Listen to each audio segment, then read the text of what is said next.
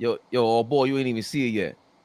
Your man got the bedazzled on everything. He ain't playing coming to the city, baby. Coming to the AllBall TV. They scared, but I'm not. They don't like comentario. Y suscribe.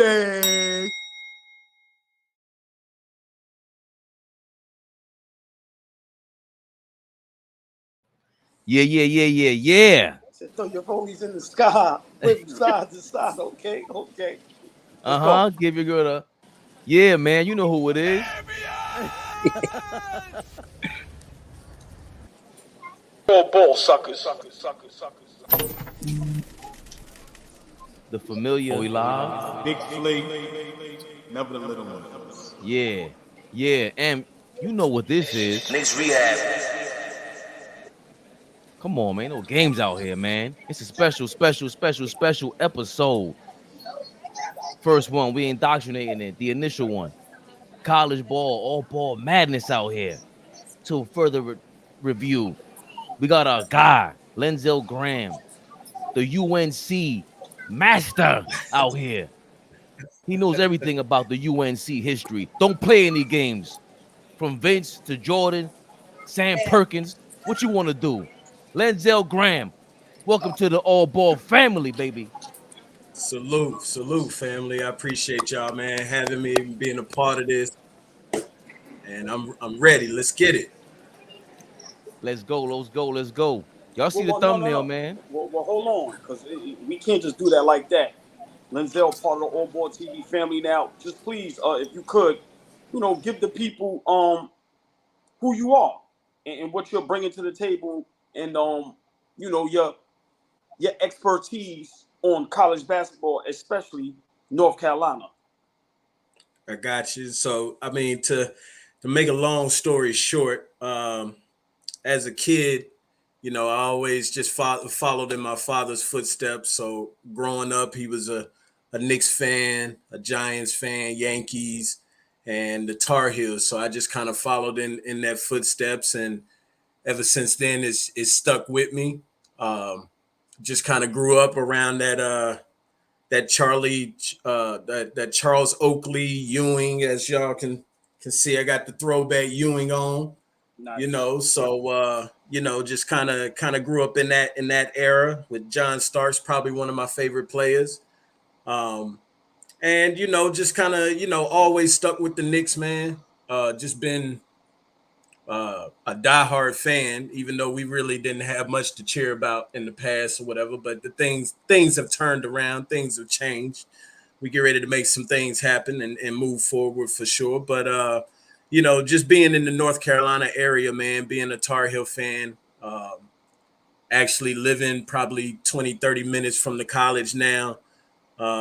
It's a big area down here in North Carolina, man. So we I just kind of grew up on all of the history, man, just following everybody and, just what Carolina is all about as far as morality and things and how they value players and all of that. So, I just kind of apply some of that to my daily life because Carolina is a different school, man. It's not like, some of these other schools that just want to just grab players and, just use them to try and win championships, things like that. So, but Carolina, they really take pride into their players, and that's the reason why we got a long history of greats that have came out of Carolina, went into the NBA. Of course, Michael Jordan, greatest player to ever play, and Vince Carter's and the Phil Fords and James Worthy's, and the list just goes on and on. So. Just a big, avid, diehard Tar Heel fan. So, we got some things in the works here coming up soon. So I'm happy to be a part of the AllBall family. I appreciate you, fellas. This is a great opportunity for me. It's an honor to be here with you guys. I've been rocking with y'all for a minute. And, we just reached out and we just put some things in play, and we're gonna see how we can do things. See what. Let's move forward. So I'm here. I'm ready. Let's go. Yeah, because Flea gets on me about not watching college ball, so I'm excited just to be the novice and Yes. Speaking of college ball, speaking of the Knicks, you see the thumbnail. Tyler Kolek has put quite the impression on us as Knicks fans. The young man, the Marquette, the Marquette. Well, I'm sorry, not he go to Marquette. He went to Yeah, George Marquette. Mason. Oh, I'm sorry. Okay, so Marquette. Yeah, Marquette. Yeah. He started off at George Mason. Not sure if you've seen him at George Mason. I won't say underrated. He was supposed to be a first round draft pick, but get into what do you think you saw about him in college that maybe he should have been a first round draft pick, and maybe why he dropped to the second round? Well, now I didn't really see him at George Mason like that, because George Mason would be considered like one of those bottom tiers. Marquette is kind of a little bit more upper in the upper echelon, I guess you could say. So I really started following him a little bit more and knowing about him when he got to Marquette. But I can say, man, Tyler is a warrior, man. Like he looks like a small guy, but he's got some grit to him, man. He really do. You would think he's a New York guy by the way that with his attitude and just the way that he just expresses things on the court, and he's not one to do a whole lot of talking. He shows it on the court. So but he was real strong at Marquette. I will tell you this. I don't know if a lot of people knew this, but he was actually in the top 10 as far as National Player of the Year candidates last year. A lot of people don't know that. I think the reason why he fell out of that top 10 is more so, he caught an injury, and that kind of he was out for a little while, and I think that kind of dropped his stats and everything a little bit. So unfortunately, you don't want to see nobody get hurt. But I tell you, man, he came back in the tournament, which by that time it's a little bit too late, because now you're trying to get back into the flow, into the rhythm of things with the team, and it just didn't work out like that for Marquette or whatever. But Marquette had a pretty good team, being coached by Shaka Smart. Shaka is a good coach. He's a really good coach, and he's moving in the right direction with that program. But Tyler, man, Tyler's a beast. The Knick fans is gonna love Tyler Kolek. They definitely already love do. him. So Let me get in here real quick, man. Big shout out to everybody in the chat, man. Like I said, we're gonna try to be doing this every Thursday. Like I said, college edition, AllBall TV. With the expert aficionado, my guy Lenzell. Also, Flea watches a lot of college basketball, knows a lot of college ball. So let me ask you a question. Guys like Tyler, right, that get kind of lost in the sauce. Do you think it's because he wasn't a big recruit in college, or the flooding of foreigners and the overseas guys, where it's almost like the NBA is like almost too excited to go look at a guy that's 6'10" overseas than looking at seasoned guys like Tyler that was, player of the year and things of that nature. What do you think the problem is as far as with college basketball and guys like Tyler slipping late in the second round?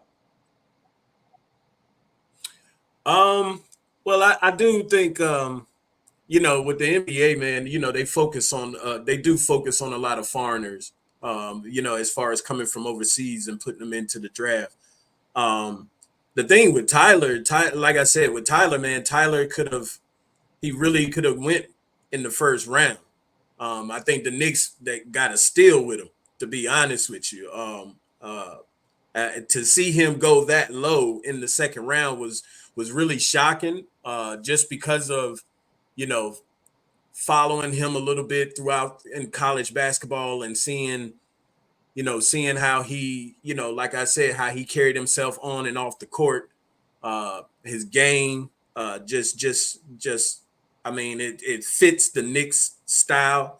But I really do think that the injury really put a halt on things when it came to him. Because the injury, I think that injury made him miss maybe a month and a half. And that's a lot of time, especially, coming into the preseason, he was one of the names that people was talking about as far as National Player of the Year candidate. As a matter of fact, he was right behind Zach Edey, ahead of Dalton Knecht. But as you can see, you look at Zach Edey, you look at Dalton Knecht, they were like 1, 2. RJ Davis, he was like the third, but Tyler could have been right there with him. He just dropped just because of the injury situation, and it kind of hurt Marquette. But I think it hurts teams a lot, when it comes to draft stocks, when it for that, because of like the foreigners coming in.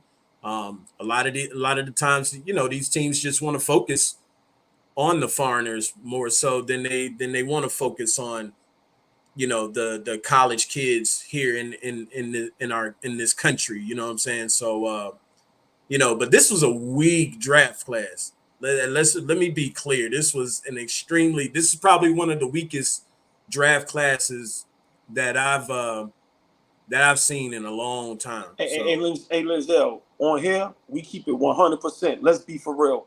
This is the worst draft all time. Simple and plain. We ain't going to sugarcoat nothing. Okay. This draft was terrible. Terrible. Yeah, it was. Couple good players out of it, but it was bad. It was bad. Oh man.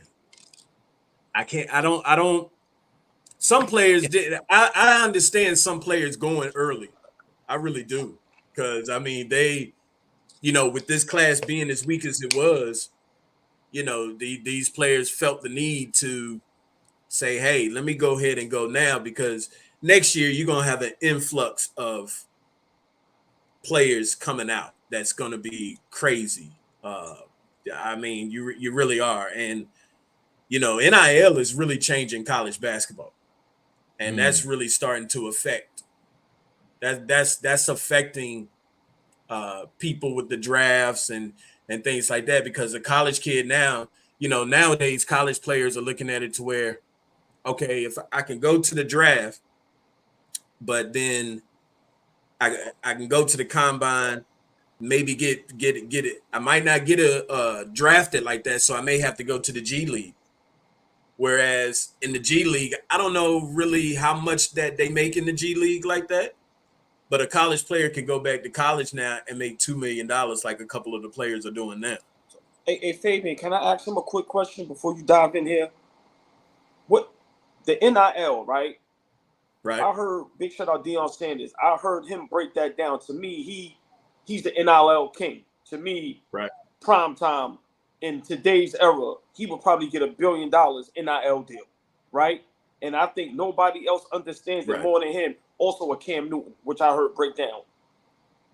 Can you break down the NIL deal? Are those legit? So when they say, when you see something posted, so-and-so said player got $1 million NIL deal, are these kids really getting, excuse me to say kids, are these young men and women really getting $1 million NIL deal? And if they are getting it, how are they getting it? Like how was it broken up? How does it work? So what I'll say is I'll give you a prime example, like being a UNC fan, Armando Bacot.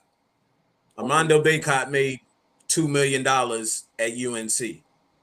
Now, he may have gotten, and I'm just throwing this out there because I don't know the exact numbers for everything, but Armando had he may have gotten like $1 million from North Carolina. But then all of the rest of it comes from like advertising, like Audi, what's the mortgage one, the mortgage company where he was in the commercials, so it comes from those things and a lot of, and he had like, he was into like 5 other things. He was on man, it's a TV show that they got on like Netflix. He was in that. Like he Okay. put it out there, and it's just based off of like name, image, and likeness, basically. So yeah. Hold on, Lenzell, real quick, Fabian. The only reason why I'm asking is because, like, you see how you said this young man has a lot going on. I hear and see about all these young men and women with all these NIL deals, and of course, you see like the Angel Reeses and the Caitlin Clarks. You see where their money is coming from.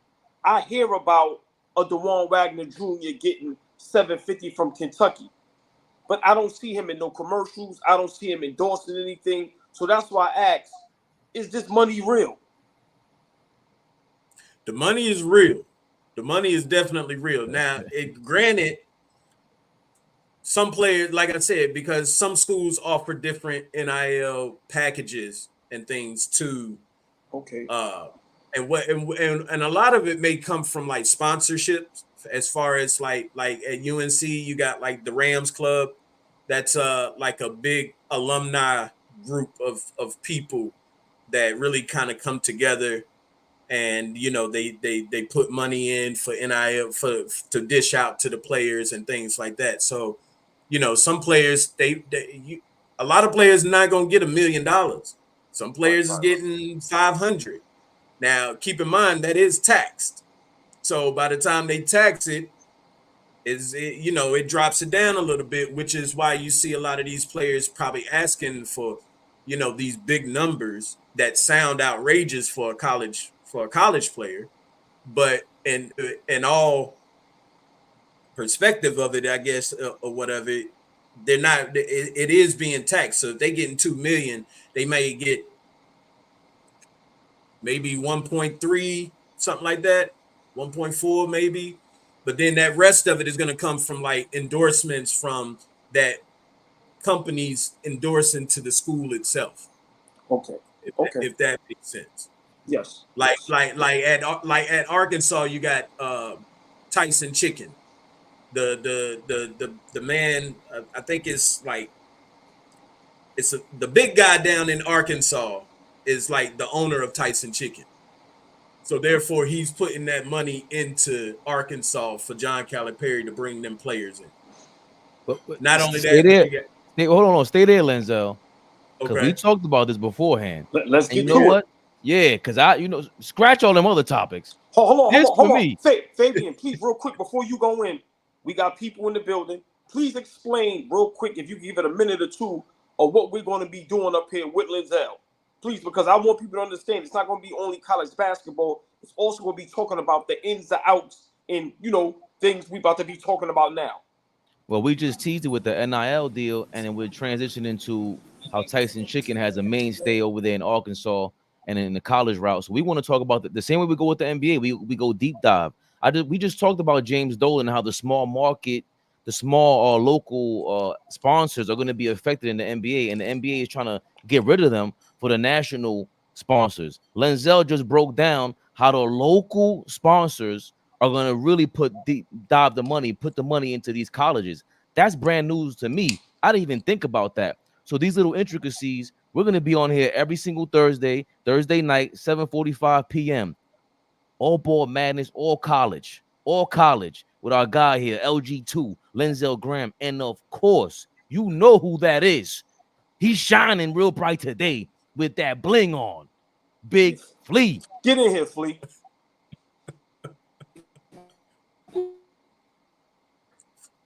Yeah, no, he at the airport. I think it's delayed. Yeah. This reception in this fucking airport got me so goddamn pissed off right now. But I'm gonna do my best. Can y'all hear me? Yeah, yes, get in here. We just introduced you, man. Talk to us about the NIL deal right now. Lenzell just talked about how Tyson Chicken owns Arkansas, and they swooped in, got Calipari to go over there to Arkansas. We knew that was a big deal. Jalen Brunson was like, whoa. You know that affects us, that connection between Calipari and the Cosa Rosa. What do you think about that? What do you know about that? Like, what do you feel about the NIL deal in general?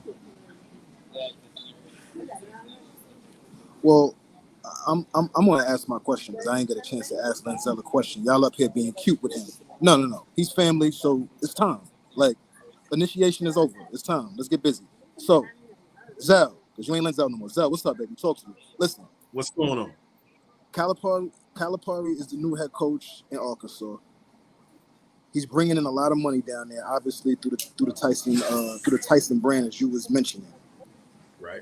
How fast can we expect Calipari to turn that program around? When do we expect there to be real attention on the Arkansas Razorbacks? The attention is already on them. Only because just off the strength that Calipari is now in Arkansas. How fast can he get it turned around? I give him maybe a year or two. I give him maybe a year or two because I mean now it's hard to say this. I'll say this. To me, Calipari is I gotta watch how I say things. Calipari is okay to me. He's never went down as a great. He a fraud. He a fraud. Yeah. You can No. You can say it. Okay. He's a fraud. He a fraud. Okay. He's a fraud. Okay. You could say Calipari is a fraud, and people give him too much praise. That the man has, in his coaching career, only won one national championship back in 2012. So it's one. Hey, Uno. And so Zell, hold on, Zell. Y'all, when you gonna get to know me, I'm always gonna play devil's advocate. Can we be fair and say Calipari is coaching for a different reason? He doesn't care about championships. what other reason would he be coaching for? Business. He's getting guys in the NBA. When we talk about how many All-Stars has been produced under him, maybe he's coaching for that reason and that reason only, with his connections, getting guys, to the next level. And that's how his name is staying out there, with his connections and things like that. So then, definitely, Mr. One and Done. So then being a great coach you can't attach being a great coach to him no more. Like if he's not worried about winning, if he's worried about business, if he's just you could be a dot connector, you could be a handler. What? Go do that. If you're not worried about winning no more, get off the sidelines. You can impact NBA players without being a coach, if that's the case. okay. I mean, I was just playing devil's advocate, guys. Zell. Let's also keep in mind. I know. Look, let's also keep in mind that he's best friends with another fraud named Jerry Jones down in Dallas, Texas. Break it down. Hold on, but first, before you get into that, Fabian was, we was getting excited. Break down the Tyson chicken thing and how that's going to play a major factor in Arkansas, and also do they have a big name coming to that college already? Like, who's some of the big recruits that you already hearing either in the portal transferring or from high school that's already looking to go to Arkansas? So the Tyson chicken thing is more so of a billionaire basically dumping a lot of money into the school and they distributing it out to the players. That's pretty much what it is. I mean, when people say, "Oh, he's going to Arkansas," the first thing they're saying is, "No, he's not going to Arkansas. He's going to get that chicken money." That's just what it is. He's going to get they're gonna get that chicken to another level. Wow, Arkansas, all right. Yeah. So not only that, but you got that guy bringing in money from this end, but then you got Jerry Jones on the other side dishing money into it as well. No, don't move too fast. Jerry Jones is also dumping money into Arkansas basketball. Yes. Wow. Jerry Jones was dumping money into Kentucky when he was there. Oh. How long has this been going on? Hey, Fabian, you hear this? I mean, honestly, honestly, hold on, Zell. nobody No. knew this. Hey, Zell, hold on. Hold on, yo, Wait a Obo. minute. Wait Is a this minute. for OG, real? OG, wait a minute. Both sides, bro. Nobody knew this Zell, until this year. Zell, you got the floor. Hold on. Everybody in the chat, hit the like button, hit the subscribe button, share. This is the first episode. AllBall TV Madness, College Edition, every Thursday with the legend Zell, the legend Fabian, the legend Flea. This Legend is what AllBall. Yes, legend AllBall. This is what, do y'all hear the information in what we're about to be talking about on the first episode? We need y'all to understand that this is about to be major. College Edition, college basketball, and somewhat is bigger than the NBA. Just like college football. Yeah. So please, we need y'all to share, like, comment, subscribe. Zell is in the building, AllBall TV family, every Thursday night. This is going to be so legendary because he's going to be breaking down college basketball from a basketball aspect, a business aspect, an entertainment aspect. You have the floor. Now, I just have to say that, Zell, because people really need to understand, you know, what we're doing with this platform and what you're about to break down, which I had no knowledge of. And please, I need to know how long this has been going on with Jerry Jones and Calipari. Please. Like I said, it's one of them things that's been behind the scenes for a long time. Wow. Long time. Nobody ever knew this until this year when it came out.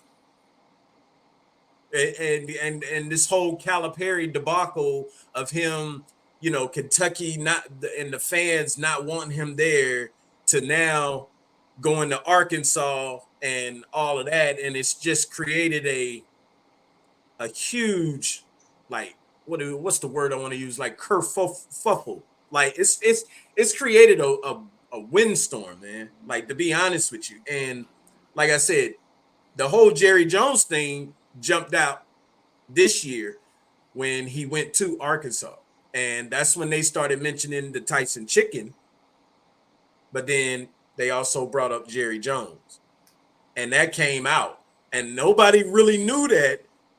And it's kind of, after it was mentioned, they washed it under the table, and like, you haven't heard nothing else about it.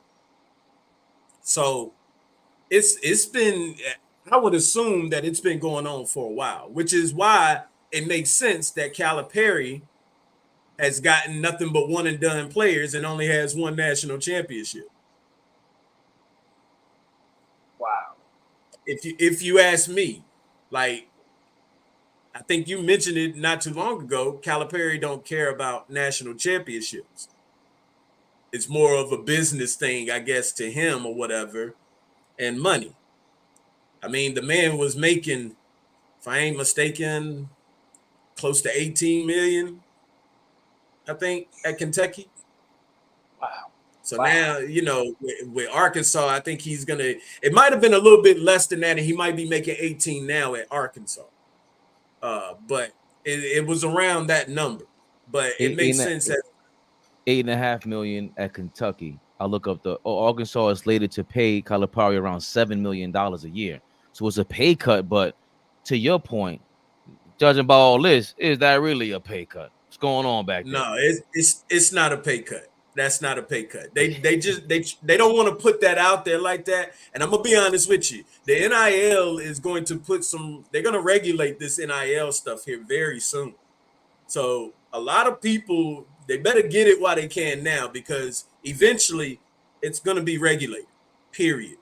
Because you have some schools like a Murray State or a George Mason, like you mentioned earlier, they don't have that bag like a Duke or Kentucky or Carolina or Kansas or anybody have. So they're going to regulate it. They're going to regulate it, and it's going to be to one of those things like, hey, kids can only make this amount of money. Right. They can only do this amount of this stuff. Now, what they make off of endorsements, then that's for them. But as far as a limit, this is what they can make. And it's going to happen here soon. I think right now the NCAA is backwards. They're backwards because they're doing a lot of stuff that they have no clue on what they're doing. So they're trying to get it right. and you know they keep fumbling every year on something. They do something stupid every year, So and they're Zell, just behind NIL. Yeah, so is it possible that Jerry Jones has been dumping money into Kentucky? Can we go all the way back to like John Wall, Anthony Davis, and all of that? it's a possibility. Like I said, this has all been swept under. This has all been like swept under the bridge for the longest. It just came out. Nobody knew that this year. So And and they and and they and, they and, and, brought and people still started to cut you off, and people still don't know it. Like even though you said it just came out, I didn't see it come out nowhere. Not on no network. I haven't seen it on social media. None of that stuff. So you on AllBall TV, Knicks Rehab, you are breaking news right now.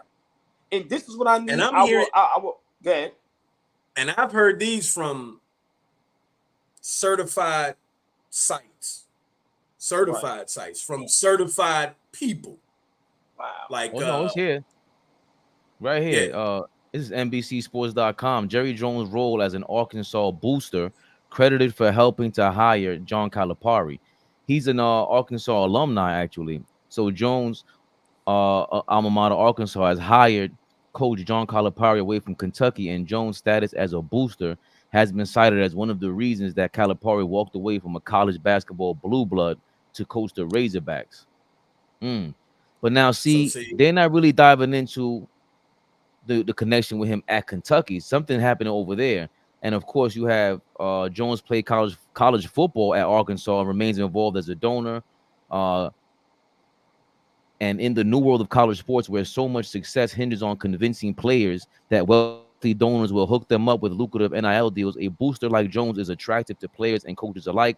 Broncos owner Rob Walton is also an Arkansas graduate, and he too has been named as an Arkansas booster whose presence makes Arkansas attractive to Calipari. Walton and his family, the owners of Walmart, have deep ties into the state and the university. Damn. Walmart and Jerry Jones are involved. Listen, Lenzell, this is I'm not. my Listen, the I'm not speaking Bochinche nothing. dot connecting. I'm That's not my lane. speaking. I'm not speaking nothing that's not already out there. Like so, Wow. I mean, it just so happens it came out this year, and you can't tell me that Jerry Jones ain't put no money into to him coming to Arkansas, that he ain't help him with some stuff at Kentucky. John Calipari is not that great of a coach. One national championship since 2012. What are we talking about here? But What are we to talking I about? think I still do believe all ball's point is, bro, this guy at the end of the day, part of your job as a coach, if I'm not mistaken, again, I'm a novice at this, a neophyte, if you will. Calipari's a great recruiter. He Oh, got NBA guys going in there. The best. I give him that. You give credit where it's due. That is a fact. But everybody knows. I can tell you now, if John Calipari, if this season is a bust, then it's gonna really speak on what kind of coach he really is. Because But John Calipari got great players in the portal this year. He got great players in the can portal. you name a few? Because once again, a lot of us are not up on. We know about the college Right. players that of course, everybody highlights. But name some of the great plays that you're saying So that's going to Arkansas. So I can tell you, John L. Davis is one of the big ones. Is probably like he's in the runnings for preseason National Player of the Year. And do me a favor, $2 million. will you name these players? Please name where they're coming from or where they're from, Okay. city, and then, like you said, if they do have Okay. these NIL deals, please. Thank you. So John L. Davis came from FAU. And he was like one of the leading scorers in college basketball last year. Okay. And now he's at Arkansas. I think he has a $2 million NIL deal. I say his name. I'm sorry. John L. Davis. And then you got Jonas Edey, come from Tennessee with Rick Barnes. I don't know really what his NIL is. I just know that they swooped him out from up under Carolina because Carolina was looking at him. Mainly because he's from Durham, which is 30 minutes, of course, from where I am too. And before he went to Tennessee, he wanted to go to Carolina. He's always been a Carolina fan. So Arkansas swept him right from up under Carolina because he was going to Carolina. Stay there. You're a Carolina dude. Right. How did Arkansas sweep him from North Carolina, which is North Carolina is, when you talk about greatest college or just sports in general, North Carolina is there. So why would he go to Arkansas instead of North Carolina? My only guess is money. Because number one, Carolina's in this still to this day is still in need of a center. Jonas Edey is about 6'10", 6'11". So they still need a center to this day. He would have had amazing playing time. He would have probably started. Now, Fabian, Zell, this is my point. This is why Calipari is who he is. It's money. He's able to get this. He's able to get this kid from North Carolina. Mm-hmm. Who would rather go to Arkansas than North Carolina? So once again, This is what I'm saying. With Calipari, it ain't about championships. It's business. So go ahead, you can finish. But I just wanted to say that. That's why, I wanted to play devil's advocate. We can say what we want about Calipari. He's going into the Hall of Fame. So real quick, this is John L. Davis we were talking about, right? Yep. Wow, look so at the John L. Davis, and we kind of pocket watching, but we understand the game. As of 2023, John L. Davis boasts a net worth of $9.2 million, reflecting his success as a prominent figure in college basketball. Wow. In 2023, John L. Davis secured a remarkable NIL deal worth $368,000, showcasing his strategic prowess in negotiations with zero financial commitment. See, it speaks to the sharks in the water. The fact that you have Jerry Jones involved, Calipari involved, and Walmart, that Walton family is dynasty over here in America. So everything you're saying is just amazing. I'm totally intrigued by this. Where could you? But that's why they're gonna regulate this NIL stuff, man. I'm gonna tell you, they're gonna regulate it. The way you speak on it is like the NIL is a PPP loan. Can y'all hear me? Yeah. It's like the PPP loan. Get it while it's hot. But I don't know, because if Jerry Jones is involved, it's gonna take a while, in my opinion, Lenzell. And this is just me, forecasting, because I don't know anything about college ball, but I do know about dot connecting over here. I mean, do you hope to see a change? What would you like to see changed about it that would regulate everything?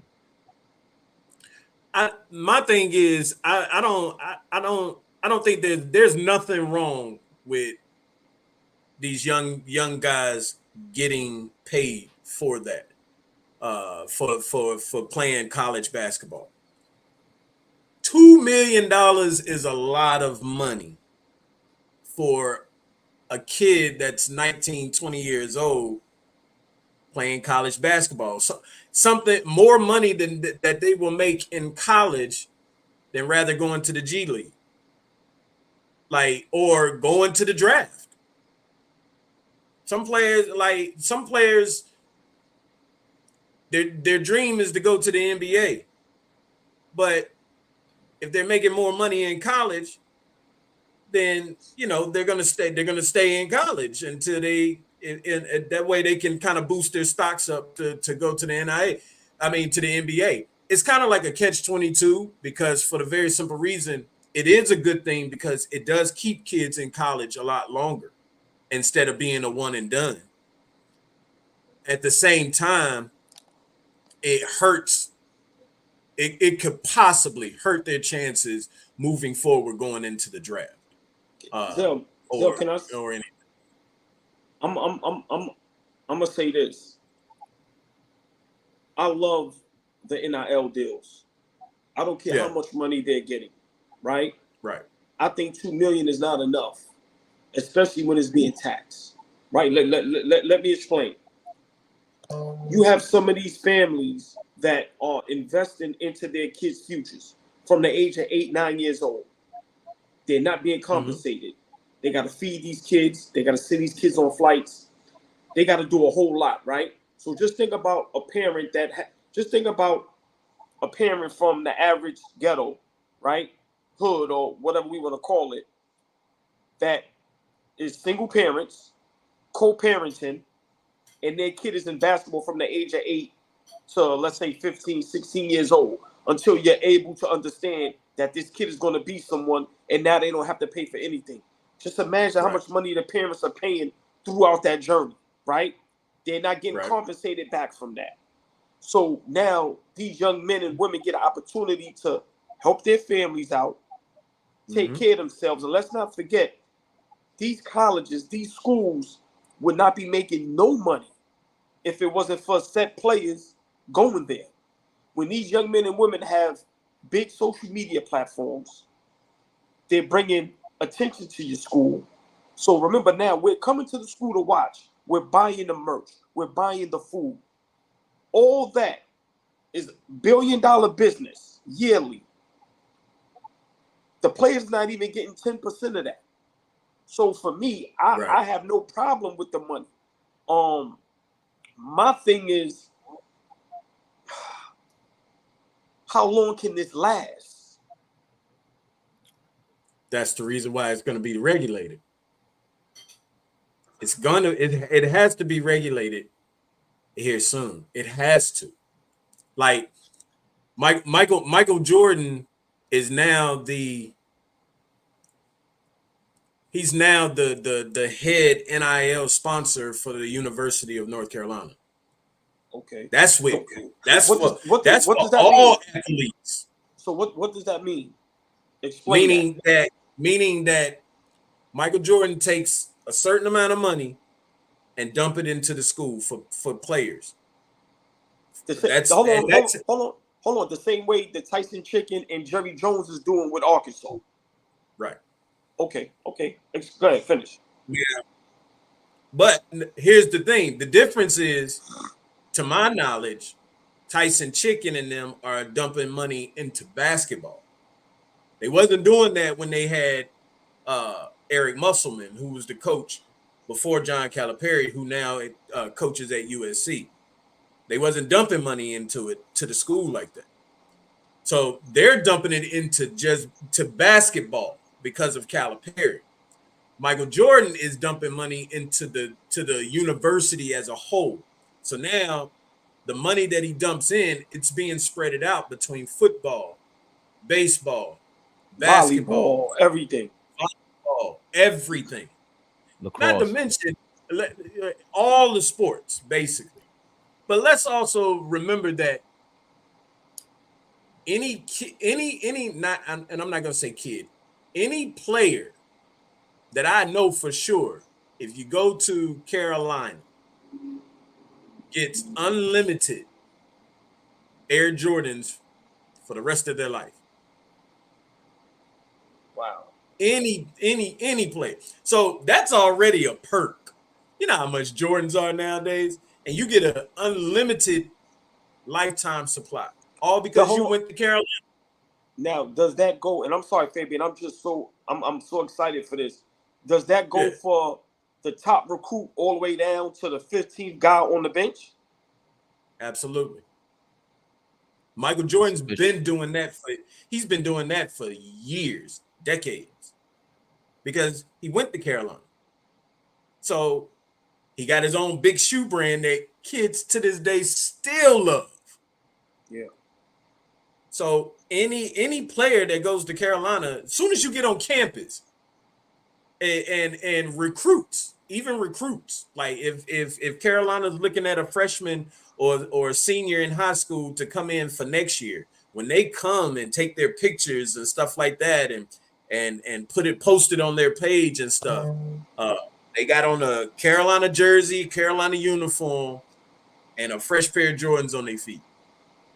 They're not gonna turn around and get them Jordans back and put them back in the shoebox and put them back in the closet and save them for the next player coming in that they're gonna take pictures of.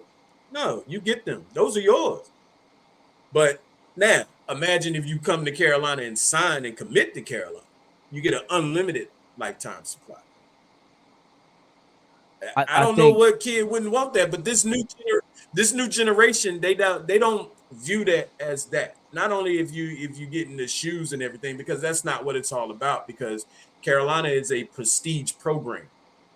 It's, I mean, you go to the Smith Center, you see 100 jerseys up in the rafters of everybody's names: Jordan, Carter, Jameson, Worthy, Perkins, George Lynch, and I mean, whoever, Montross.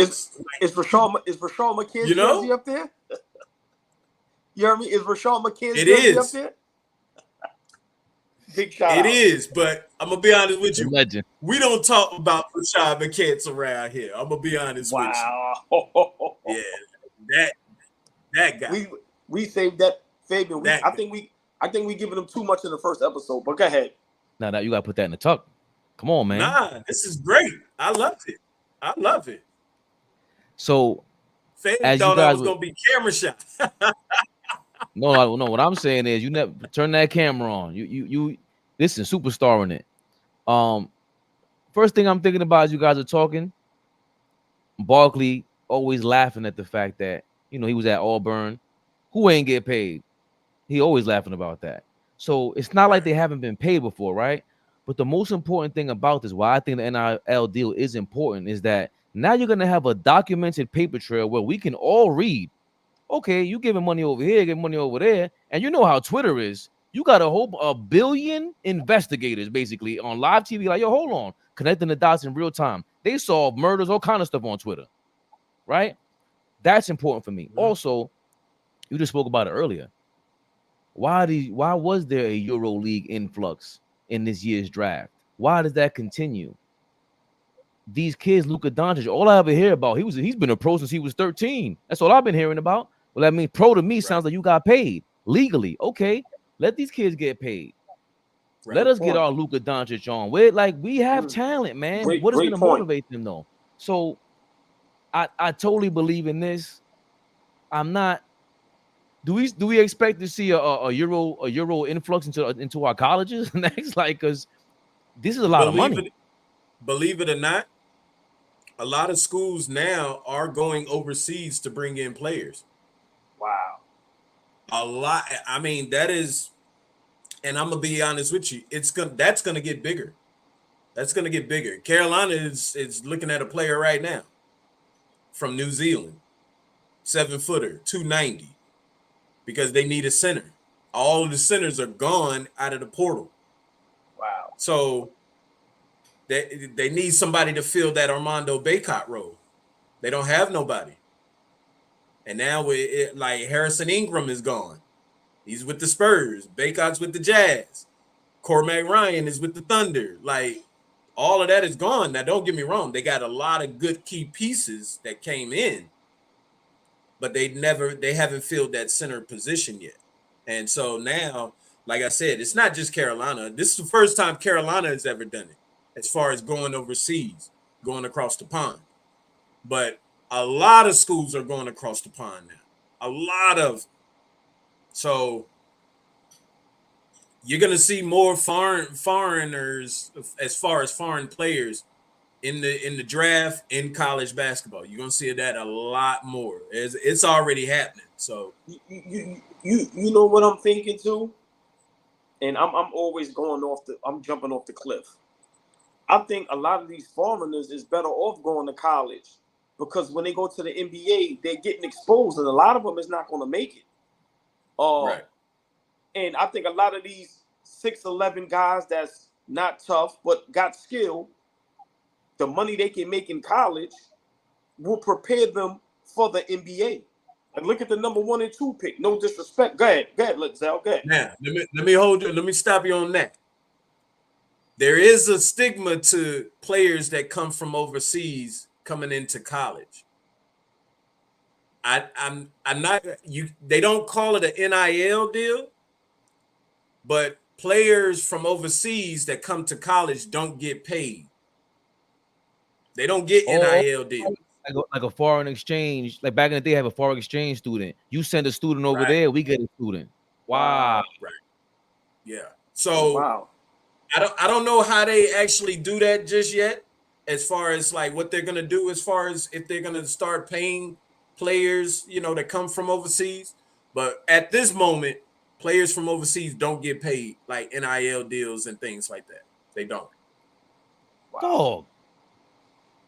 That is So- insane. Yo, you talk about, again, going back to why it has to be regulated. That's why I think it won't be regulated. And I truly believe, I'm not sure how profitable the G League is, right? Right. How much more profitable is college going to be for them? I looked it up. The NCAA makes $1.5 billion a year, or it did last year. The NBA makes, I think, 10 or 12 billion. How much of that is being funneled towards the college? How much of the college recruitment and Jerry Jones tied to these guys?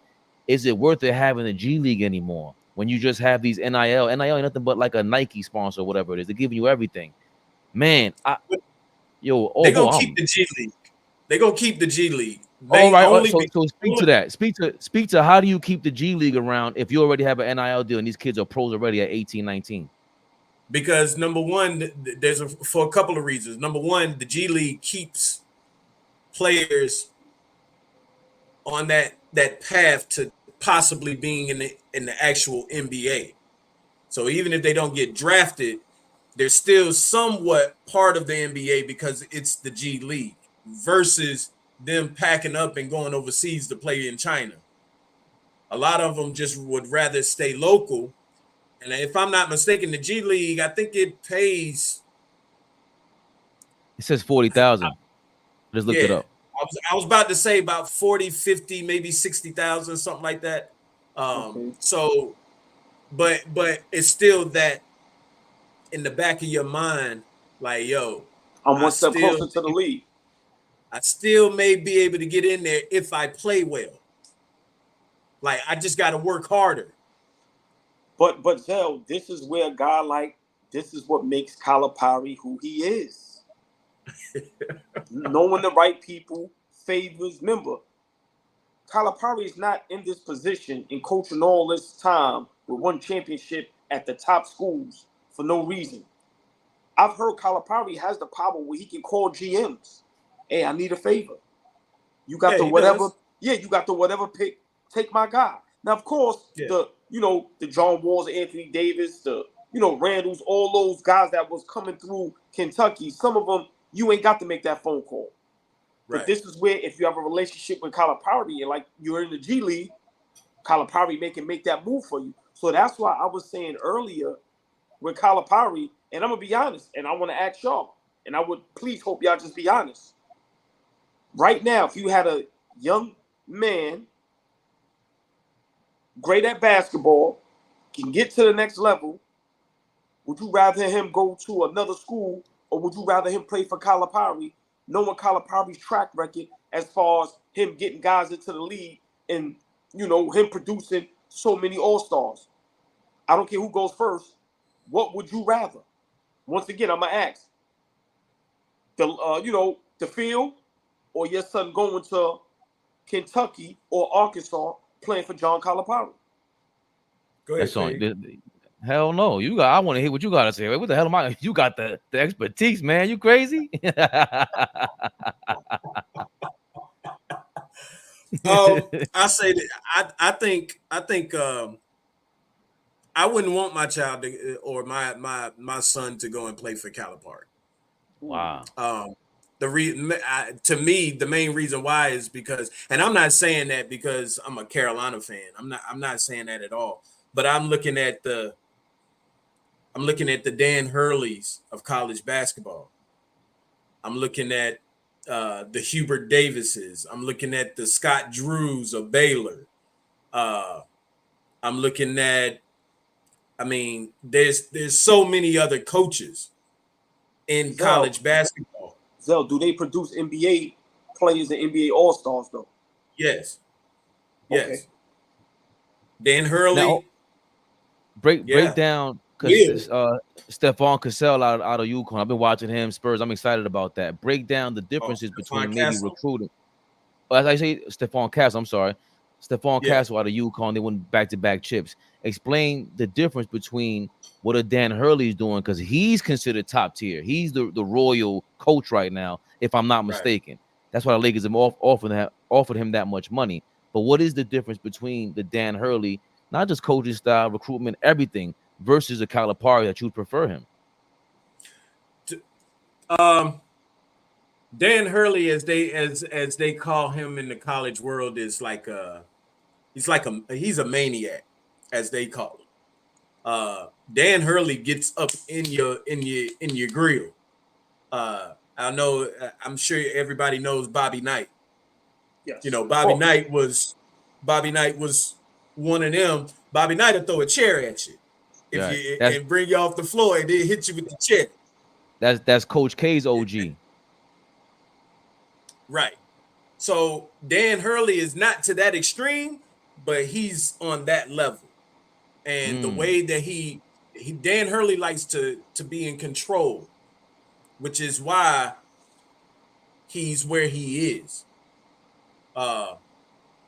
You know, Dan Hurley win one more. Think about it like this.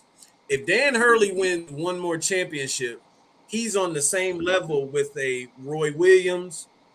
John Wooden. He's up there with Bobby Knight. Well, John Wooden got 10. So, I mean, nobody will ever get to his level. But hold on, Lenzell. If he wins 3 in a row. Right. If he wins 3 in a row, he's tying. This ain't been done before since John Wooden. Well, that's true. That's true. I thought you was talking about as far as like the number of championships, because there's tiers. You got like the John Wooden, Coach K.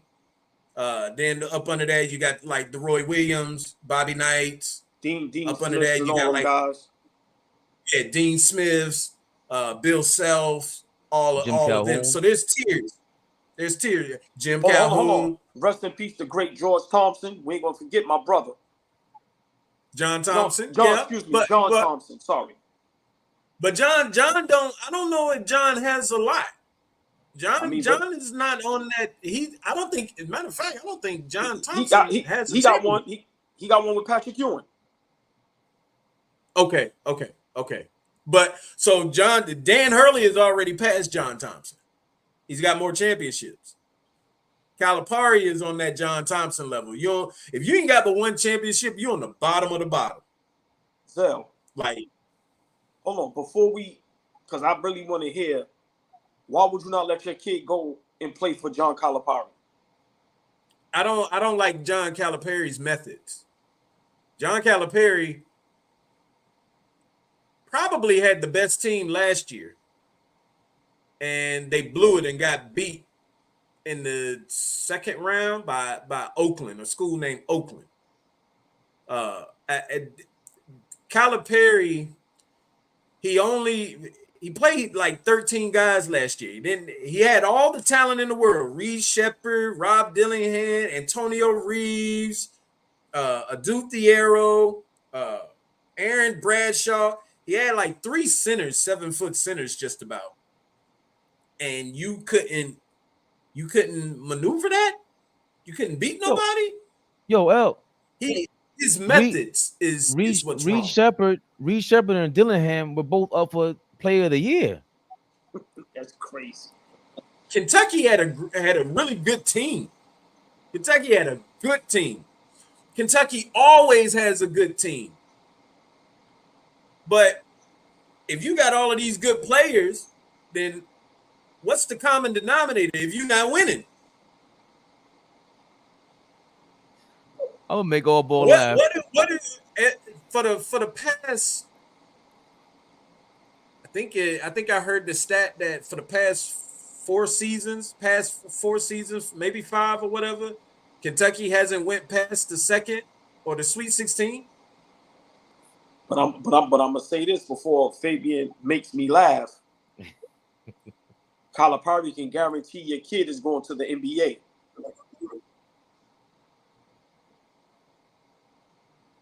I know people don't want to hear that, but to me, that's what makes him who he is.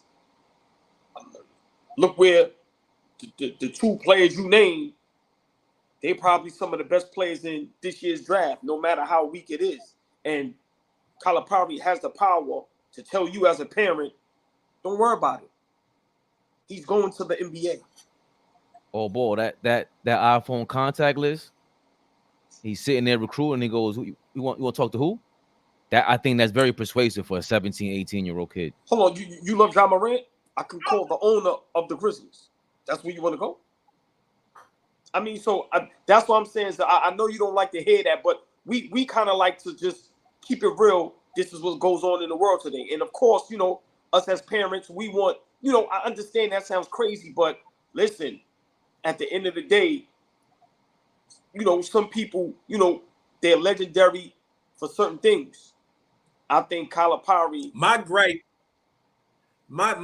for John Calipari wouldn't be what it is if it was really just about business. If it's just about business, then I get it. I totally understand. But when it comes to basketball, no. I understand. And if it's about business, hey, that's the reason why he's still right now the one and done guy. It's just what it is.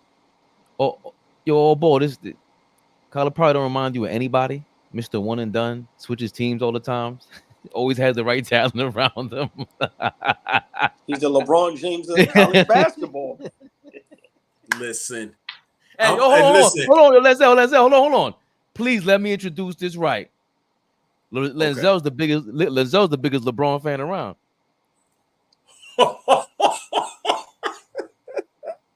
We're gonna have a blast. I gotta get out of here, bro. Listen. No, I'm not, OG. Don't believe that. Don't believe that. I can't stand LeBron. Oh my God. So, look. He said, we're brothers. We're loving and we're loving. Give me a Ebony and Ivory. I can't stand LeBron. Hold on. What's the song Michael Jackson and Paul McCartney? Ebony and Ivory. No, it was another one. Say man. what you want, but please don't leave me for that. Come on, man. Wow. This is hates his guts. And now look. He hates LeBron, and then the LeBron of coaches, same energy. Lenzell has a thing about, the right way. Yes. Well, I don't know, I'm gonna have to jump off in a minute. We could go forever right now, bro. This is too crazy. Yeah. But for me, I just want to say, to the chat, what Lenzell is about to bring to this platform is going to be like nothing else. And these are things that I want to hear and I love to hear, because I think college basketball, man, when 100 years from now, when they really delve and dive into college basketball, it's so much of a dark world. It's like Star Wars, bro. And there's so much going on. And I just really appreciate you breaking it down for us, from the business aspect to the players, to the coaches, to the NIL deals, to the culture. Because what you just said about Jordan, I didn't know that. I didn't know any of that. So, brother, man, this is going to be great, man. It just happened. So, but still, you breaking that news on AllBall TV, because I didn't know that. And our fan base, man, everybody in the chat, share, like, comment, subscribe.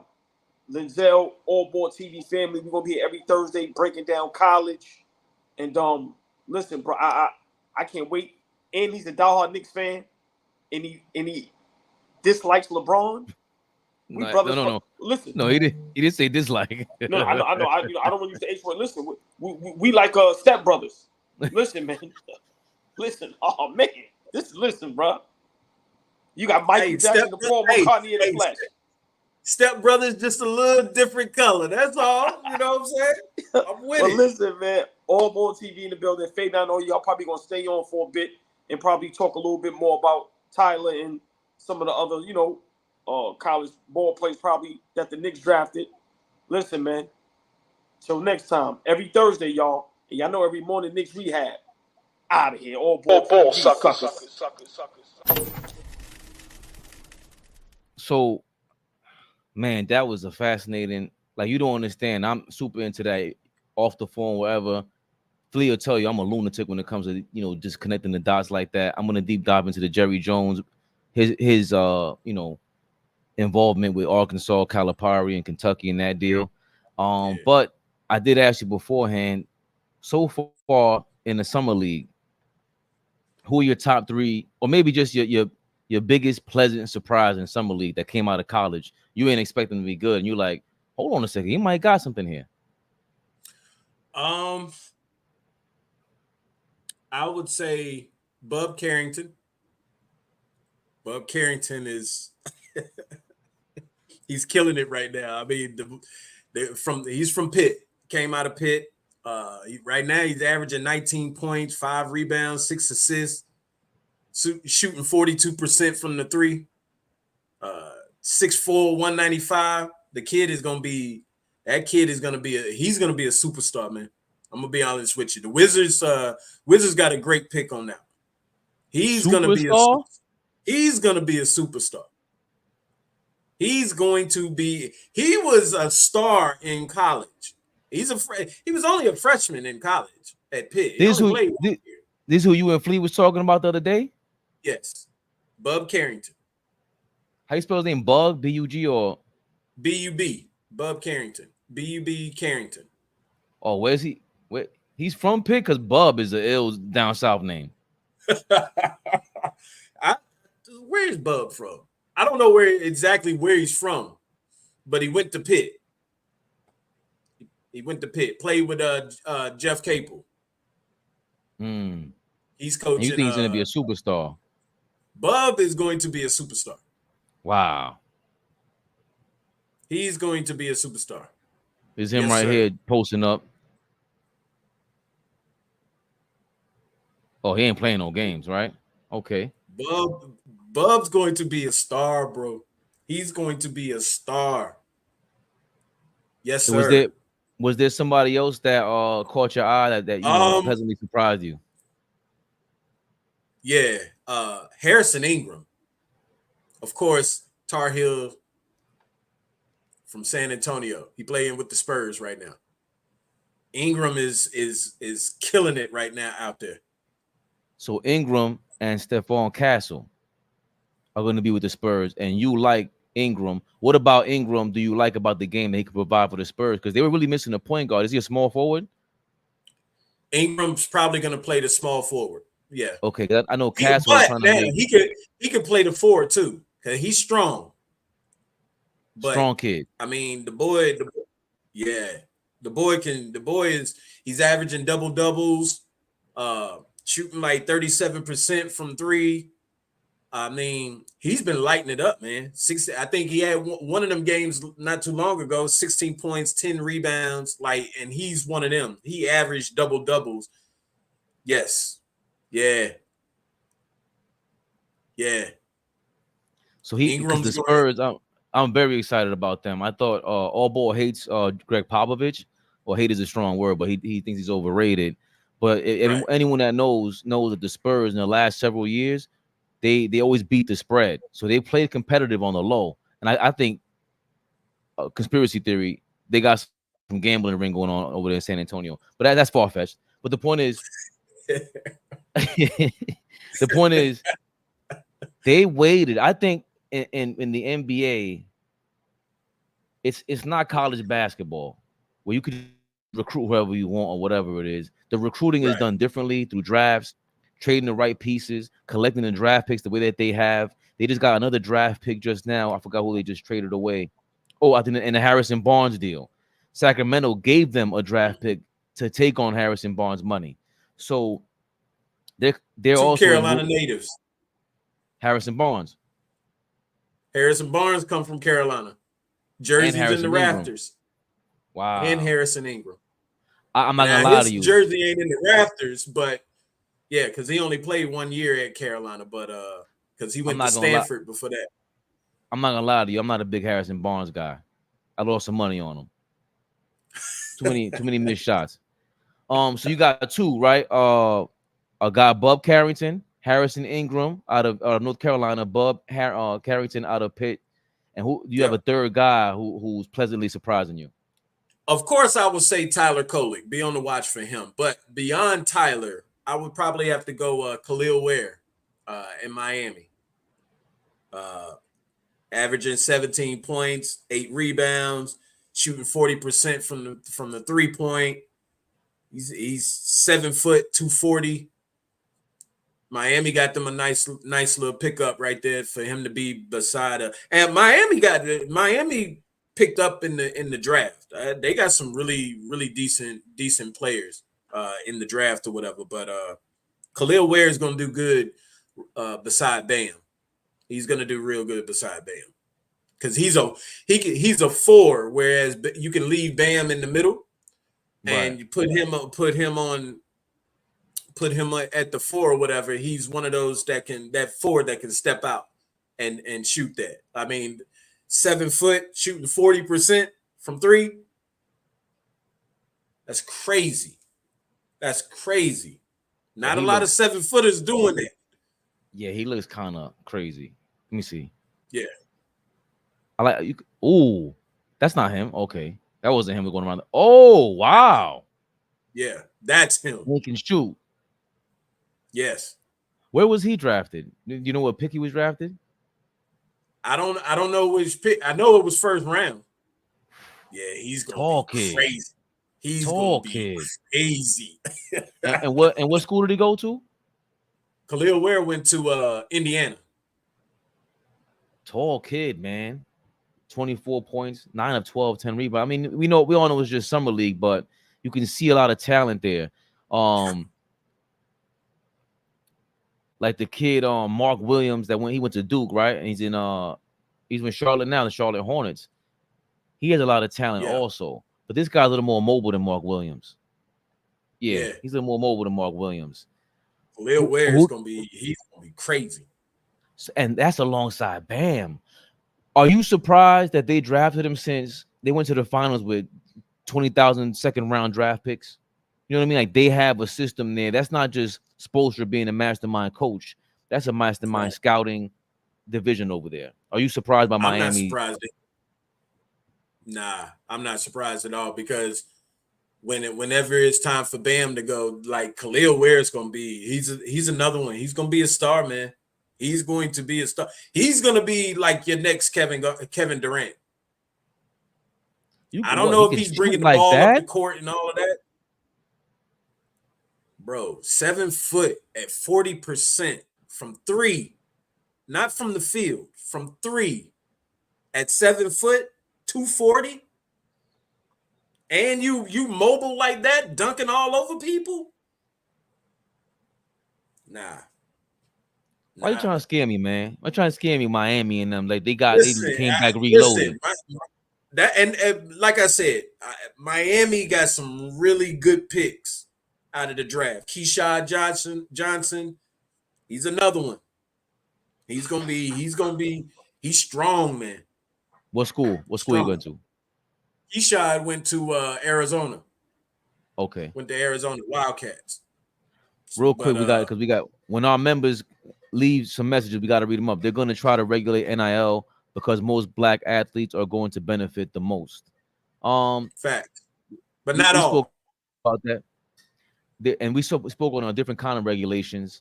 Before I get to this other question, I want to load that up. The top 3 disappointments. 3 guys you thought this is no brainer. They're going to do their thing in the NBA, and they haven't translated in summer league so far. Yeah. Well, of course, we talked about it behind the scenes, man. Alex Sarr right now. Oh man. I was talking him up the other day, and the same day he went 0 for 35,000. Thank you, Alex. Wow. But I do think in the long run, right now he's a big disappointment. But I do think in the long run he's going to be okay. I think he's going to be all right. You can hear me? Yeah. Yeah, I can. You hear me yelling?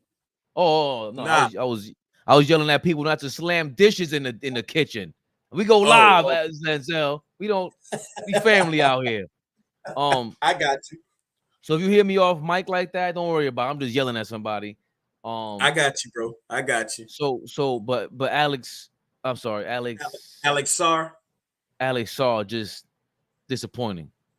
Yeah, I think, but I do think he's gonna turn it around. I do think he's gonna turn it around in the long run. Now, it might be a little bit too much pressure on him. I don't know, but at this moment, to go that high in the draft, that's a big disappointment. I would probably have to go with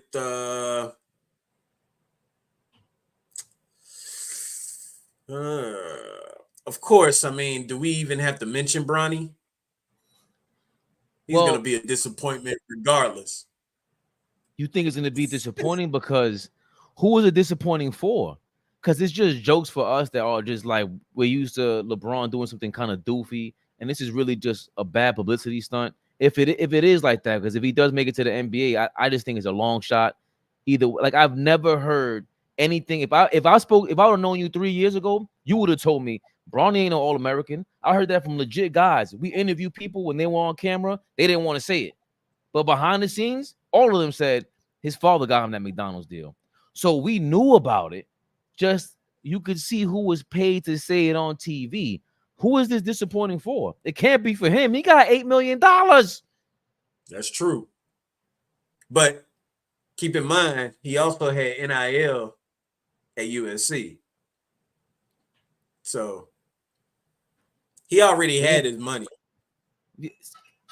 Yeah, but this is next level. So that's why I don't consider him a disappointment. Even though you have a third guy real quick, because you just connected two dots that I gotta bring this up and see if this works out. See if I could put you in the first reaction video. You're gonna love this.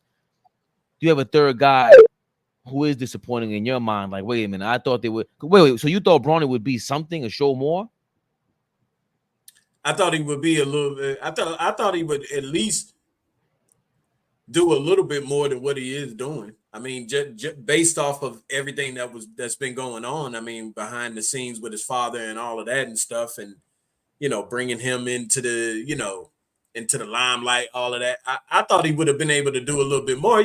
Sometimes sometimes the ball rolls that way, and then sometimes it don't. So the ball just didn't roll that way.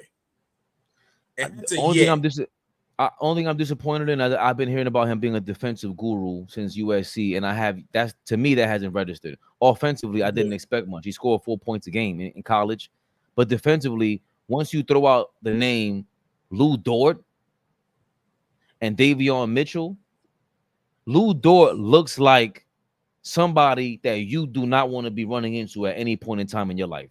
He looks kind of brolic. And he worked his way in the NBA, no left hand, and he eventually learned that. But he went to Baylor, right? Flea put me onto that. He went to Baylor University, Lou Dort, if I'm not mistaken. Yes.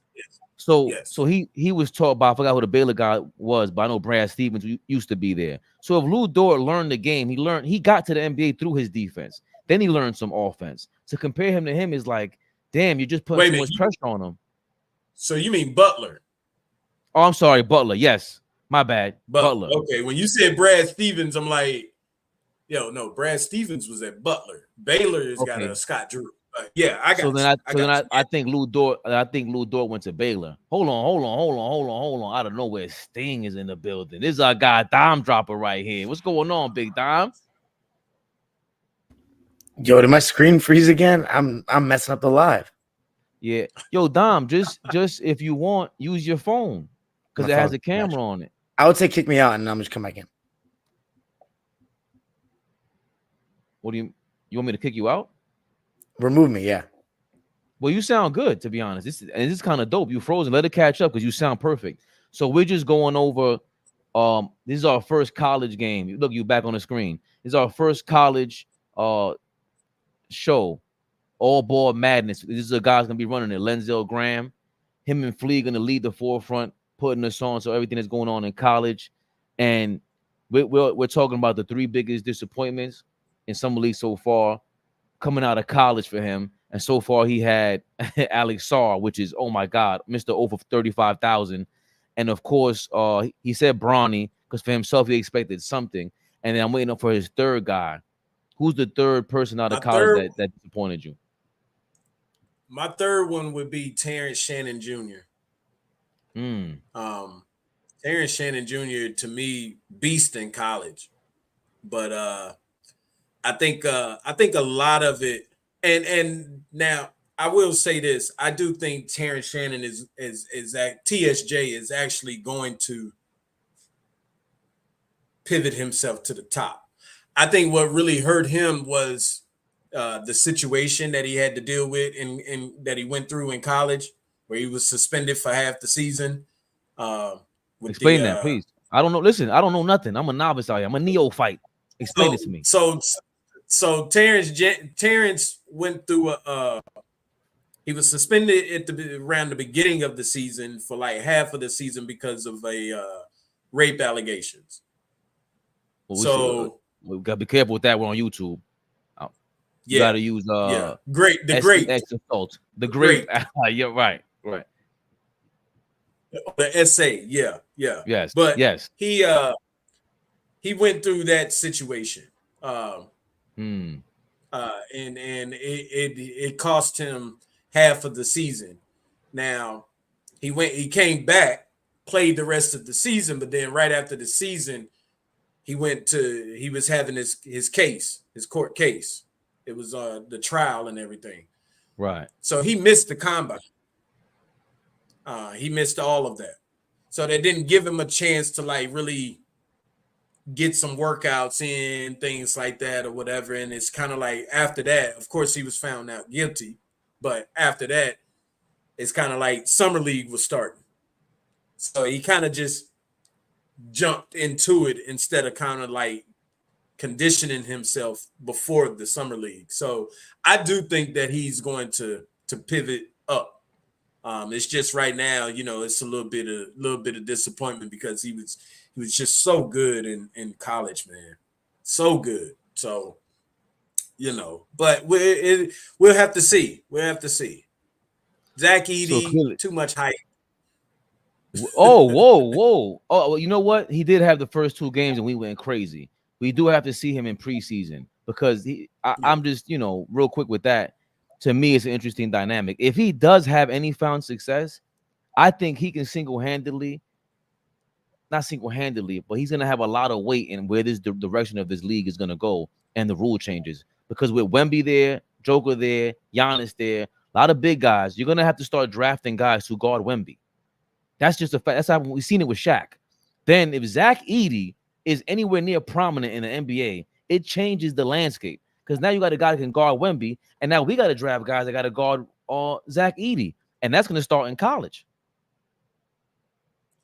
I'm gonna be honest with you. I don't think he's going to pivot like that in the NBA. Okay. I think because of the fact he was the tallest player in college last year, 7'4". Nobody else is that tall, so he hardly got in foul trouble. And that's only because, when players come into the paint or whatever the case may be, all he got to do is just hold his arms up to block the shot. So he wasn't a fouler. He didn't get a lot of calls fouled on him. Not only that, but on the flip side, that's on defense. Now, on the offensive side, who's going to stop him? Nobody is 7'4". How tall was he? 7'4", little over 200 something or whatever. No. 280, 285. Who's gonna stop that? You backing players down into the paint because he don't really have any game. It's just the fact that he's big. He don't have a jump shot. He can dunk, but you put him up against, like you said, put him up against an Embiid. I don't like Embiid, but I think Embiid would take him to school. Take him to school completely. And he's going to foul a lot more because now you're dealing with somebody your own size, close to your own height. And there's just too many guys in the NBA that I don't think it's going to sit well with him. Look at Bam Adebayo. He's not going to be able to guard somebody like a Bam. Bam is just too big, too strong. Zach is just tall. Like there's a difference. He just didn't have nobody that could stop him in college basketball. He's too big. Too big. 7'4", tallest player in college. Yeah. The So the professional I don't challenge think will present itself. yeah. The professional I challenge don't think it's gonna work. the professional challenge will present itself. Dom, get in here. What do you feel the same way, or do you think Zach Edey has a chance at showing some of his prowess with with Memphis taking a chance on him with the number 7 pick it was, right, or 8? I don't know. Something like I that. mean, Yeah. he doesn't come off like a great modern basketball prospect because the slow foot speed, as he said, and it's not really a post up or like throw it to your big man down low league. But who knows? I think the only thing that'll save him is his defense being good enough, like his rim protection being good enough at the NBA level to keep him on the floor, and then also can he get a bucket in the post against some guys? That might give him a little role, backup role. But on this Memphis team is going to be very good, so I don't think he's actually going to be a rotation player this year. But why do you say that? Why do you look surprised, Fabian? This Memphis team is going to be good. Who do you? I think so too, Dom. Yeah, go through it. Remind me of the roster real quick because this is John Morant, Desmond Bane, Marcus Smart is still there, Jaren Jackson Jr. Who else? Are they starting someone at the 5 that I'm forgetting? Because they traded Steven Adams. Exactly. I don't remember them replacing him. I looked them up real quick while They still have Brandon Clark. I don't know what's going to happen with Luke Kennard. Now Brandon Clark's going to be healthy for a full season. Man, who else do they have? It's not popping in my head right now. Let's not forget a couple. Yeah. Oh, GG Jackson. Oh, GG Jackson is good. GG Jackson's been doing all right in the summer league, right? Yeah. What about his game? What about his game stands out the most, fellas? And hold on. What school did GG go to? South Carolina. Okay. And what about him? We're not too fond of GG over here in UNC country either. So yeah, I mean he committed to Carolina and then he turned around and decommitted and went to South Carolina, all because he wanted playing time and all of that and stuff or whatever. And we don't promise you playing time over here at UNC. You got to earn it over here. Doesn't matter how good you are. That's one of the big things. That's one of the big things about Hubert Davis, man. Like and that's the difference between Hubert and Calipari to me. See, Calipari will be that one that'll tell every single player on his team, I'm gonna play you. I'm gonna play you. I'm gonna start you, and all of that just to get them to come. And then they end up coming, and now look at it, it backfires on them. Hubert Davis don't do that.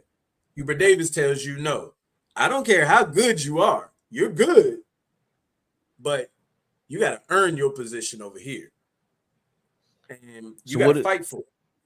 And what has he done? What talent has he had, guys, where it's translating to Memphis now? Because once John Morant went down, he got his opportunity, and he had a couple of star-like games this last season. And what is he doing so far in summer league that you guys think is gonna show improve next year? Go ahead, Dom. No, I don't know. I was gonna respond about the Edey thing. I could be wrong, actually. Looking at the Grizzlies roster, he might actually be tried as their backup center. Okay, and you think GG will help out with it? He can pass, he can dish the rock off. Is that going to help out GG? He'll come off the bench. Well, GG's minutes are guaranteed. I don't know how much Edey will help him, but he's going to come off the bench, and I think he'll be good for them. He showed he could score this year, but I'm curious to see what they want to do with that 5 spot. Are they going to start Brandon Clark and then Jaren Jackson at the 4? Or are they going to start Jaren at the 5? It'd be pretty small if they start Jaren at the 5 and then Marcus Smart, Ja, and Bane. I don't know. They would start. They had that Vince Williams guy that kind of broke out last year. Vince Williams, Santi Aldama's not bad. Santi Aldama, yeah, he's all right. Santi Aldama, Spanish guy. Yeah, he's a big brute. And Lenzell, real quick. And don't forget their draft picks that they just picked up. Cam Spencer, big player, come from UConn. Another UConn guy. Jaylen Wells? Yeah. Jaylen Wells. I was just about to mention him next. Jaylen Wells they got some nice pickups as well. They got some nice pickups. So they were both drafted in this offseason. So speak to them. Wells went to what school? He went to Washington State. Okay. Speak to their talents. each individually, what are they going to provide the Grizzlies? Well, let's see. So I'm looking at some of these stats here.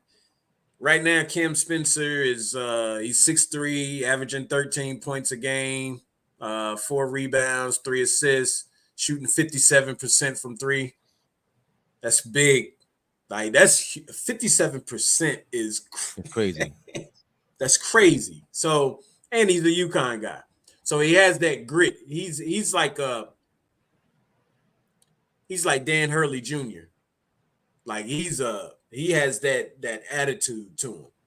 Like, you know what I'm saying? So, and then, as far as like Jaylen Wells, and they're not doing too much or whatever, but he is a nice piece to be able to, kind of possibly put in the rotation because, he can get out there and score a little bit. He's not doing too much in summer league right now, but he's a guard. 6'6". I would say, yeah, he's probably guard 2-3. He's 6'8", you said? Oh, 6'6"? 6'6". See, that's automatically that's tough because it's Ja, Desmond Bane out there, Marcus Smart. It's a tough rotation to beat if they're trying to compete. And we're gonna find out sooner than later, if they're trying to make the playoffs. Especially, and all those guys are young. Steven Adams was the vet before they traded him. So 3 guys they drafted this year. I mean, that's big time for them. That's big time. I did want to get into this before we move on and we close out, because for your biggest disappointments, you have Alex Sarr and Bronny, and immediately, Don might drop off after he sees this video. Immediately, just Gilbert Arenas he loves doing this. He loves playing, he loves just putting out different videos defending Bronny out of nowhere. But this is his reaction to Jaylen Brown saying that Bronny won't be a pro, and they caught him saying it. Jaylen Brown. Do you know what they said about him in Summer League? He was the 3rd pick in the NBA draft. The 3rd pick in the NBA draft. The first 3 games, just like Bronny. Bronny was 6 for 26. Jaylen Brown was 5 for 26 from the field in his first 3 games in Summer League. He's fine. That's a good upside. He's fine. That's a good upside. Man, no one bashed him, and he was the 3rd pick in the NBA draft. So that was Gilbert Arenas speaking to Bronny's performance and just everyone bashing Bronny, specifically Jaylen Brown getting caught talking to his girl about, Bronny not being able to be a pro. I mean, what's your reaction to that? I think you spoke a little to that, Lenzell. But what's your reaction to Gilbert Arenas saying that, like comparing Jaylen Brown's first Summer League games to Bronny's? I mean, look at where Jaylen Brown is now. Let me ask you this: do you think Jaylen Brown has lived up to his 3rd pick in the NBA draft? Yeah, definitely, of course. So he superseded it, actually. Right. So I think Bronny is going to show why he was picked at 50. What is it, 55? I just don't see it where Bronny is really going to succeed like that. He's just gonna. I think it's too much pressure. I think he's too young. I don't think he's ready. I think he's undersized, and this is a whole different ballgame. And let's be honest, we all know the reason why Bronny is in the NBA. There's no getting around it. Other than that, he should have went to I think it was DePaul. He was supposed to be going to DePaul after this year. But Duquesne. But he should have went there and got him another year of college. Bronny is one of them that's got to stay in college at least for 2-3 years. You have got to get you some experience before you jump into the league. Your father just pressured you into the league, into something that I think you're going to regret in the future. I just don't see it. Jaylen Brown is he's succeeded, as you said. You know, I mean, he's lived up to that number 3 pick. There was a reason why they picked him at number 3. There's a reason why they picked Bronny at 55. I mean, And what are we doing here? I'm Gilbert. Come on, man. right, the usual. Well, and real quick, college guy, what school did Jaylen Brown go to? What school did Jaylen Brown go to? He went to Cal. Okay. Dom would know. I left that for Dom. That was a layup for Dom. That was the layup for Dom. What? Yeah. What? Yeah, come on now. We know it's Gilbert Arenas. We know how you feel about him. Part of the ACC now. So I know a little bit about Cal. I got to start studying Cal now a little bit because they did realignments. So conference realignment. So Cal is now part of the ACC, which I don't understand because Cal, Stanford, and SMU are now all a part of the ACC, which is the Atlantic Coast Conference. But you got 2 West Coast and 1 Midwest team now on the Atlantic Coast. I don't understand the realignment thing going on. I smell another topic on All Ball Madness. Dom Dropper, dímelo. What is your reaction to Gilbert Arenas? You go right ahead and look at his face. He hates my Bochinche talk, Lenzell. But he's involved. What do you think about him? Just the obvious, what he's doing, comparing Bronny to Jaylen Brown's first summer league games. I think the part of the reason, besides the LeBron factor, that we're hard on Bronny is that a lot of people like myself and like he just said, they don't feel like he proved in college basketball either that he was an NBA player or that he was even an NBA prospect. Like people are going back to Sierra Canyon. And, I mean, dude, he wasn't even a top 2 player on his high school team. You know what I'm saying? Most guys that get drafted are usually the best player on their high school team. Granted, though, he went to a Sierra Canyon. But like, I remember because one of the kids that I coached way back when, before like 7 years ago when I was a freshman in college, he was on Bronny's middle school team. Didn't end up being at Crossroads. Didn't end up being on his high school team. But he said there were several better players than Bronny, even though Bronny was good. But this is at Crossroads. And they had some D1 guys. It wasn't like Sierra. So like, I'm curious as to like how much in the course of his life has he been the best player on his team at a serious level. And I'm not saying it's anything wrong with not being the best. Maybe he's only good enough to be the best player like at like the rec leagues or the pickup or some club teams that he played on. But stay right there, Dom. As opposed to how many times do you think Jaylen Brown was the best player on his team? A lot.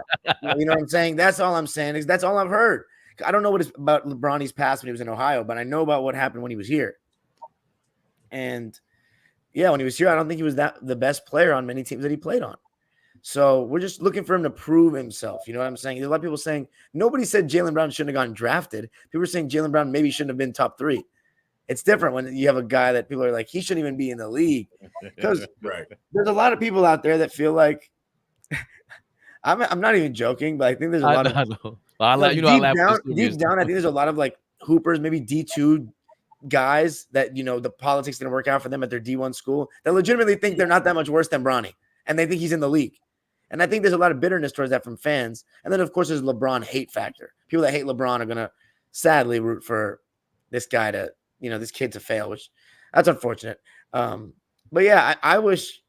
I don't really care, for me, whether Bronny succeeds or not. I have no rooting interest or no interest in him failing or anything like that. I just don't think. I agree with Lenzell. He should have been in college a couple more years. Yeah, that's it. I just love the fact that his father. I mean, it's their father's plan. Rich Paul's plan. The Lakers' plan. The Lakers are a part of this too now. JJ Redick, you signed up for this. All the hate that kid is getting. It's his plan, but it's also his fault. That's cool. To me, it's only his fault. Bron know his son ain't ready for the NBA. He knows his son is not ready for the NBA. No, he has to keep the limelight and the spotlight on him until it's time for him to sell off or whatever you want to call it. He has to keep that. But I guarantee you when LeBron retires, Bronny won't be in the league 2 years after that. I guarantee you. The reason why I say I can't, you want to call it his fault or I think it's his plan, because if I know my son is not ready, I know my son. I know the league. I know the difference. I know what if he's ready to compete or not on this level, and whether he's able to succeed or not. I don't think it's in his control. I think that kid really wants to be good, by the way. I don't think he's not trying. It's just some people aren't good. It doesn't work out for you, and that's okay. But on top of that, LeBron is banking on, you know what? Things don't have to work out, and I'm going to go cash out just in case, because everything attached to my name has a dollar sign to it. That's the thing with this era that we live in. Everything is content creation. The Lakers know this. They're a reality TV show now. Reality TV show now, and they signed up for this. And then going back to Gilbert Arenas, I love this because all these players were complaining, all of them. And it started off with Draymond Green talking all that smack, new media, and all you guys are nothing but Skip Bayless. Nothing like it. Just like it. Right. Gilbert Arenas is Stephen A. Smith and Draymond is Skip Bayless. There's no difference. You guys just say things for clicks. That is it. There's no way you sitting here comparing Bronny James to Jaylen Brown. And then they had Jaylen Brown's first game. He scored like 10 of 20 from the field and was destroying. No way possible. And he's dead serious about it. He's a great salesman, just like Skip Bayless and just like Stephen A. Smith. I love this because we're the real. I'm going to get a real conversation from Dime. When Dime is disgusted, you saw when I clicked, you saw when he saw Gilbert in his face, Dime hates his guts because not him personally, what he represents. Like the whole kicking the old school while they're down. Like, I don't even know if Gilbert Arenas is serious. I know he's doing it for a check.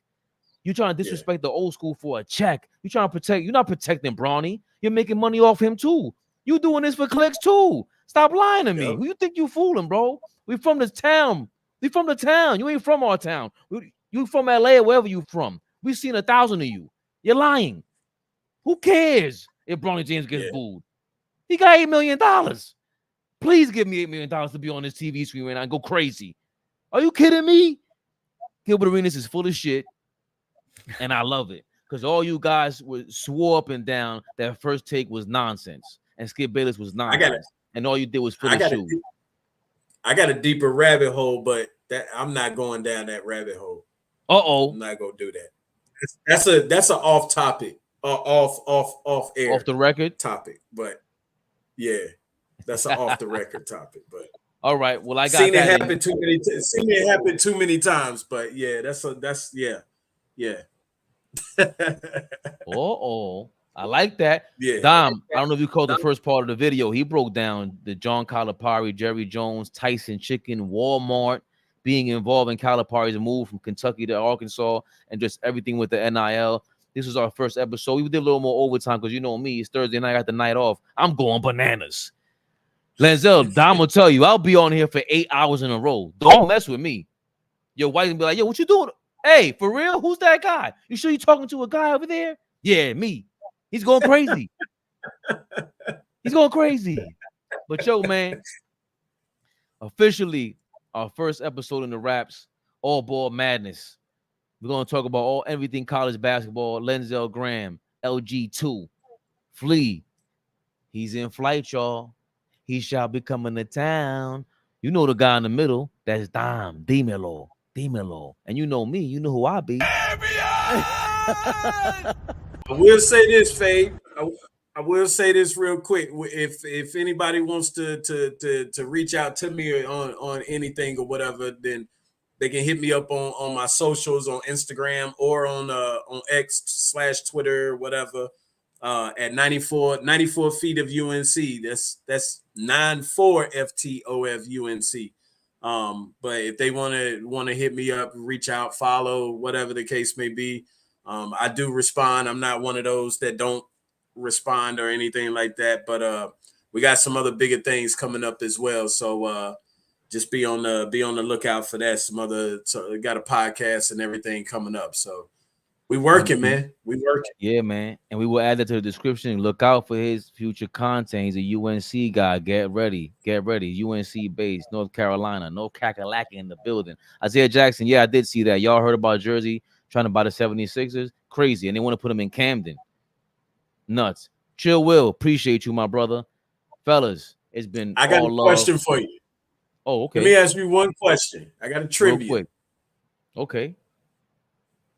Who was the last player to win National Player of the Year in college and won a championship the same year?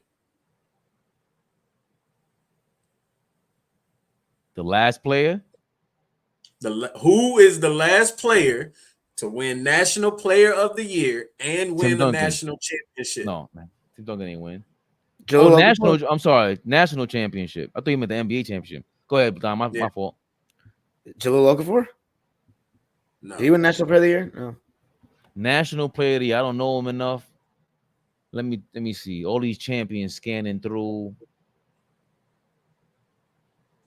The reason Carmelo? I'm gonna say the reason why I'm asking this, right? Because I'll go ahead and throw this out there, and this is for future people listening and everything. Always remember that a National Player of the Year, if a college player wins National Player of the Year, they do not win the national championship. Christian Laettner. No. I'm gonna say this. Hold on. Carmelo? Before or after Christian Laettner? Before or after? Jaylen Brunson. Oh my God. He was most outstanding. He was the best player of the season or just the Final Four? No, he won national player of the year. And I thought so. Josh Hart got Big East player of the year. Okay. Damn, I wouldn't have known that. That's crazy. Anyone, how dare I? He smacked me right in my face with this. Yo, Lenzell, don't get fired the first day, bro. I was going to ask if Pete and OG was on here, but I was like, I'll catch him the next time. That'll be a question I ask him later. Flea loves those. Yo, we out of here. Stay on, fellas. Stay on real quick. AllBall TV. They scared, but I'm not. They don't like comentario. Y suscribe.